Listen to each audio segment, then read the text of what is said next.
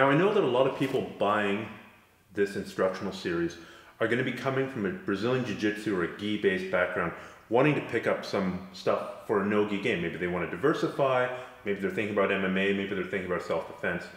So let's talk a little bit about the mistakes that are made by people coming from a gi background, coming into a no-gi standing situation for the first time. I mean, one thing that comes to mind for me, somebody coming from judo, in judo they penalize people for bending over, right? Mm-hmm. You have to essentially fight with an upright posture.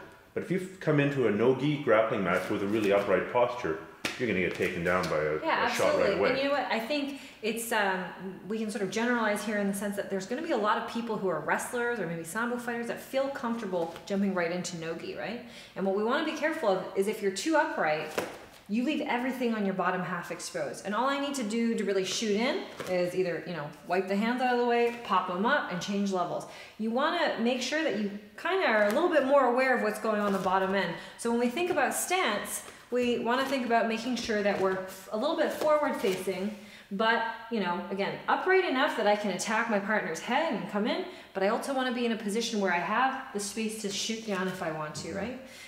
Also, with my staggered stance, I don't want to be like super square to my partner. I don't want to just be like this, right?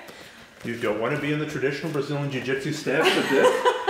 No, I mean, that's dangerous too, right? Like you draw your hips all the way back. I mean, this can be bad as well. Somebody comes in and grabs your head. It's perfect position for me to start thinking about jumping guard, or getting right? slapped down. Yeah, or just leaving your arms out. I mean, I've seen people get flying arm bars thrown on as well. I mean, one of my good friends, Annette Stack, she's one of those ladies that just takes that arm and it's gone. So you want to think about what you're leaving exposed and how to protect yourself. And we're going to be talking about this later on in the series, but we want to keep our elbows tucked in as well. We don't want to be extending with things that we don't have to. So when you compete no-gi, what does your stance look like? Show me. I'm the big bad guy. So one of the things I want to think about is I want to be stable from side to side, but that doesn't mean I want to stand out like this, right? So just about a little wider than hip width apart, and I like to draw one leg back. I'm a left leg lead, so I'm going to draw my right leg back just a tiny bit on a slight angle.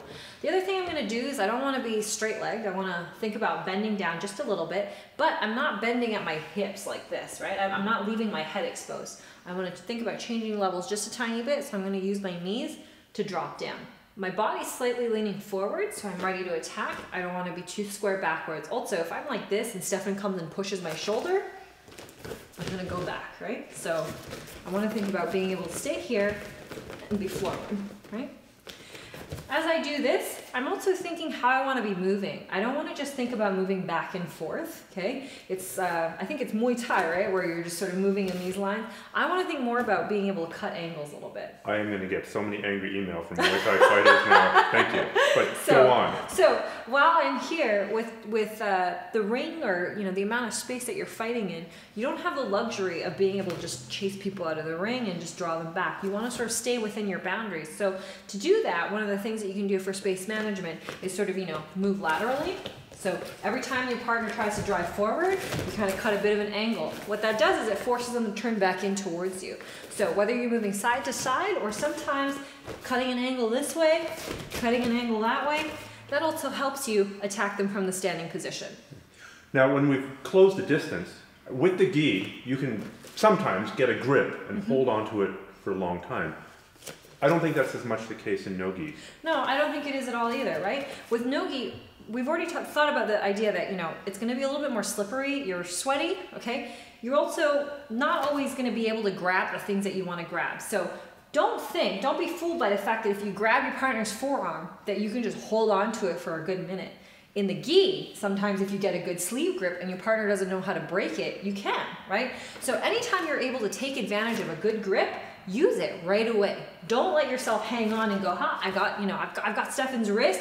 I got a really good grip on it. So let me just figure out what I'm going to do. You don't have 10 seconds. You don't have 15 seconds to do that. Maybe at best you have 5.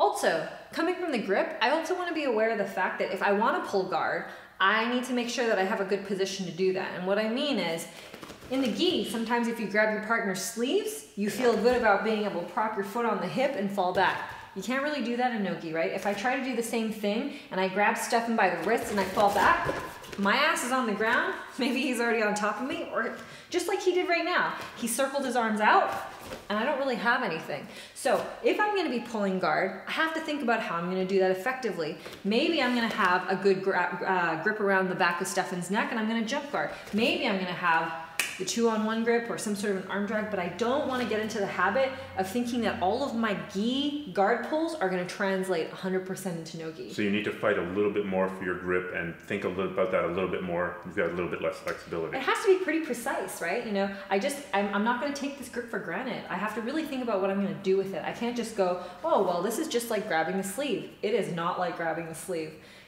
This is just like grabbing the lapel. This is not grabbing the lapel, you know? So you have to understand that even though you can make grips, you can make handles on your partner, they're not gonna be the same. So make sure you adjust accordingly.